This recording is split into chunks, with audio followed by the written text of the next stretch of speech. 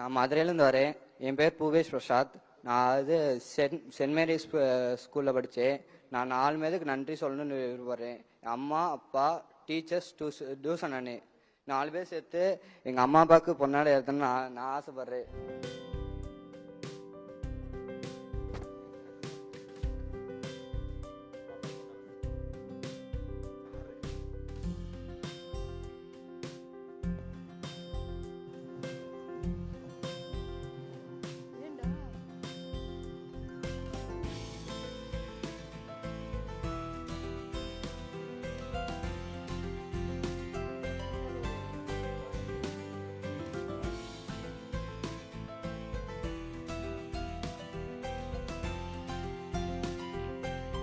நான் பார்த்துட்டேன்.